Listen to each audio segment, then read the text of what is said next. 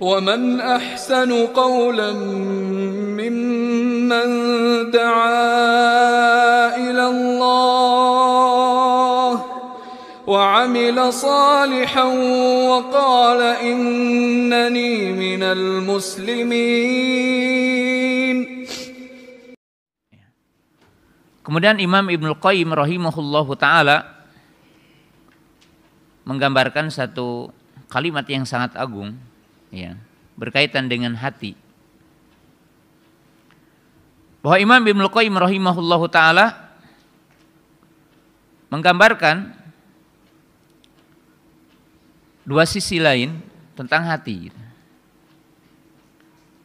Satu kata Imam Ibnul Qayyim rahimahullahu ta'ala, perhatikan ada tipu daya syaitan laknatullah. Di mana syaitan laknatullah bagaimana menodai hati manusia dengan 5 tingkatan atau dengan 6 tingkatan. Imam Ibnu Qayyim mengatakan syaitan itu langkah yang pertama mengajak manusia untuk kufur atau syirik.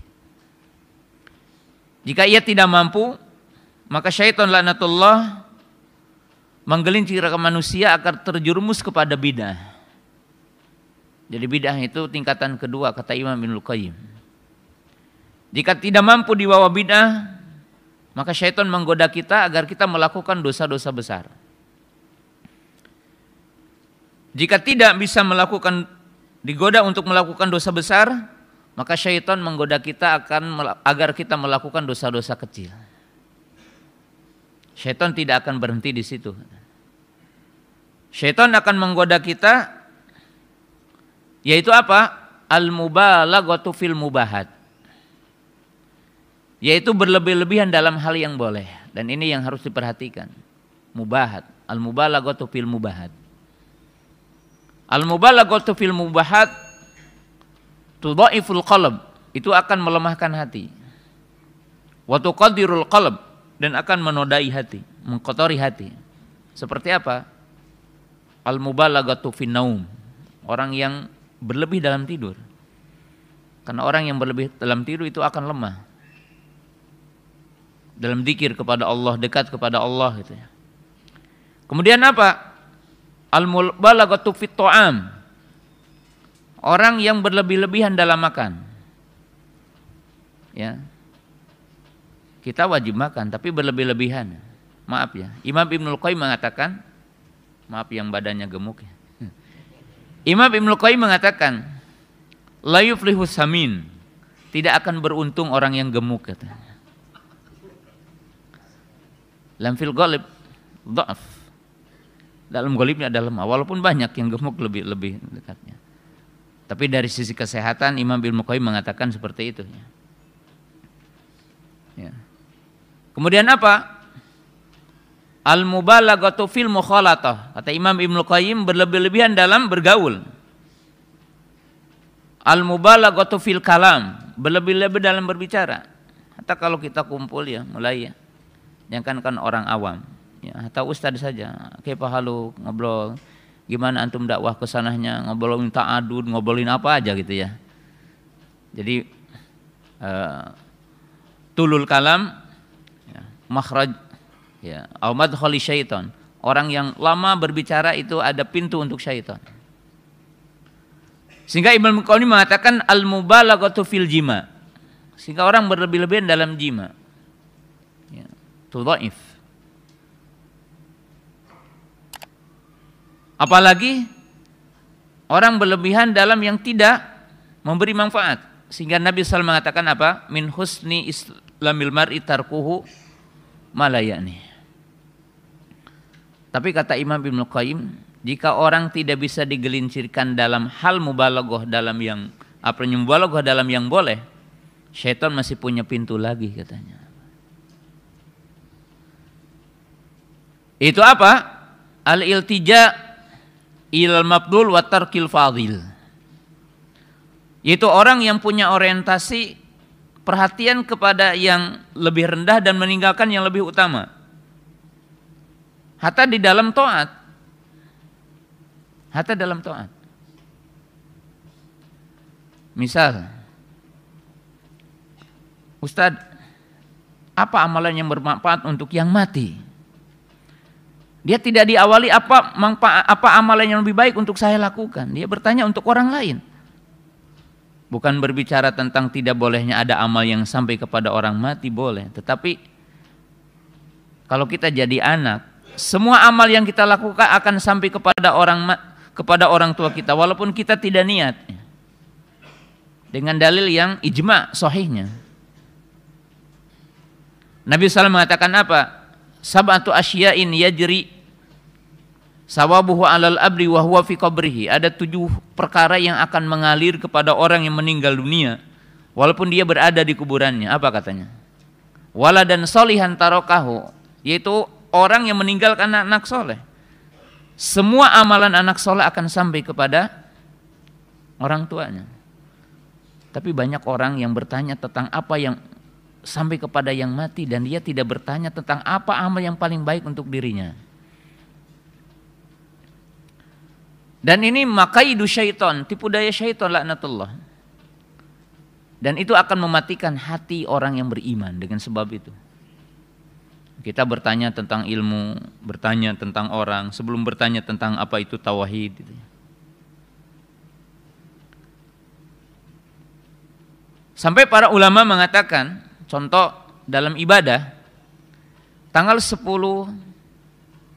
Zulhijjah, amalan apa yang paling baik? Ya berkurban.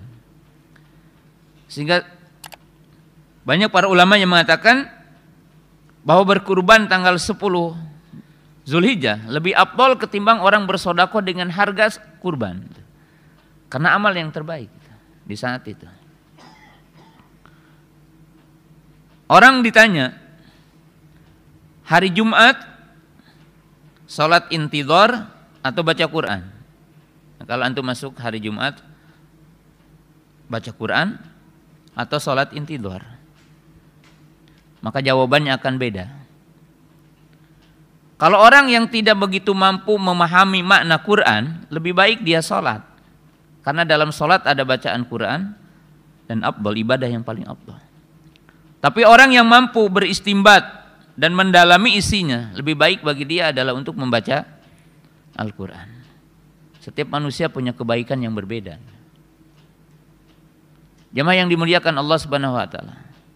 Jika syaitan tidak mampu ini, maka syaitan baru mengatakan hada adui, ini adalah musuhku. Ini adalah musuhku. Kemudian Ibnul Qayyim rahimahullah taala memberikan gambaran dan ini poin yang terakhir. Apa kata Imam Ibnul Qayyim rahimahullah taala? Perumpamaan manusia yang istiqomah dan menjaga hatinya dengan syaitan adalah seperti orang pergi ke masjid.